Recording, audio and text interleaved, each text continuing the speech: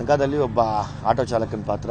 Auto ಚಾಲಕನಾಗಿ auto ಓಡಿಸ್ತಾ ಇರ್ತೀನಿ, fight ಮಾಡ್ತಾ ಇರ್ತೀನಿ, ಸಾಂಗ್ ಬಂದರೆ ಡ್ಯಾನ್ಸ್ ಮಾಡ್ತಾ ಇರ್ತೀನಿ, ಸೀನ್ ಇದ್ದಾಗ ಆ್ಯಕ್ಟ್ ಮಾಡ್ತೀನಿ.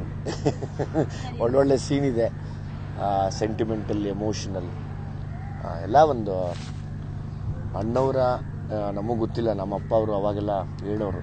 ನಮಗೆ ಬುದ್ಧಿ ಬರೋಕ್ಕಿಂತ ಮುಂಚೆ ಅಣ್ಣವ್ರ ಸಿನಿಮಾಗಳು ಆದರ್ಶವಾಗಿ ಇಟ್ಕೊಂಡು ಸುಮಾರು ಜನ ಟರ್ನ್ ಅಂದರೆ ಚೇಂಜ್ ಆಗಿರೋದು ಲೈಫಲ್ಲಿ ನಾನು ನೋಡಿದ್ದೀನಿ.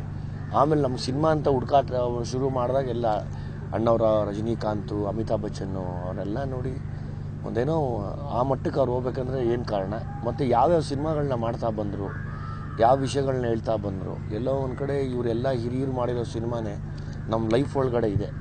ನಾವು ಅದನ್ನು ಸಿನಿಮಾ ಅಂತ ನೆಗ್ಲೆಕ್ಟ್ ಮಾಡಿದಿರ ಒಂದು ಸ್ವಲ್ಪ ಸೂಕ್ಷ್ಮವಾಗಿ ನೋಡಿದ್ರೆ ಜೀವನಕ್ಕೆ ಸುಮಾರು ಆನ್ಸರ್ ಸಿಗುತ್ತೆ. ಅಂಥದ್ದು ನಾವು ಒಂದೇ ಒಂದು ಸೀನಲ್ಲಿ ಹೇಳೋಕ್ಕೆ ಪ್ರಯತ್ನ ಪಟ್ಟಿದ್ದೀವಿ ಈ ಕನಕ ಸಿನಿಮಾಲಿ. ಏನು ಲೈಫ್ ಅಂದರೆ ಏನಿದ್ರೆ ಚಂದ, ಏನಿಲ್ಲ ಅಂದರೆ ಚಂದ.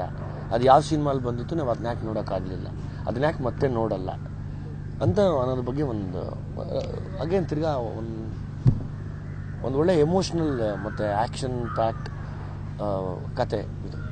ನವೀನ್ ಸಜ್ಜು ಮೊದಲನೇ ಬಾರಿ ಸಂಗೀತ ನಿರ್ದೇಶಕನಾಗಿ ಬರ್ತಾ ಇದ್ದಾರೆ. ನನಗೆ ಯಾವಾಗಲೂ ನನ್ನ ಕನ್ನಡದ ಪ್ರತಿಭೆಗಳು ಕಷ್ಟಪಟ್ಟವರು ಮೇಲ್ ಬರಬೇಕು ಅನ್ನೋ ಆಸೆ. ಸೊ ಹಂಗಾಗಿ ನವೀನ್ ಸಜ್ಜುನ ಮ್ಯೂಸಿಕ್ ಡೈರೆಕ್ಟರ್ ಮಾಡಿ ಅಂತ ನಾನೇ ಕೇಳಿಕೊಂಡು, ಆ ಹುಡುಗನಲ್ಲಿ ಇದ್ದಂಥ ಫೈರ್ ನನಗನ್ನಿಸ್ತು, ಏನೋ ಇದೇ ವಿಷಯ ಇದೆ ಇಲ್ಲಿ. ನಾನು ಅವತ್ತು ಹಂಗೆ ಅವಕಾಶಗಳು ಓಡಾಡಿದ್ದೆ. ಬಟ್ ಆದರೆ ನವೀನ್ ಸಜ್ಜು ಇಸ್ ಅನ್ ಎಸ್ಟಾಬ್ಲಿಷ್ಡ್ ಇವಾಗ. ಹಂಗಾಗಿ ಹೇಳಿದೆ, ನಾನು ನವೀನ್ ಸಜ್ಜುಗೆ ಅವಕಾಶ ಮಾಡಿಕೊಡಿ, ಮಾಡಲಿ ಅಂತ. ಸರಿ, ಚಂದ್ರನು ಅದಕ್ಕೆ ಚೆನ್ನಾಗಿ ಸಪೋರ್ಟ್ ಮಾಡಿದ್ರು.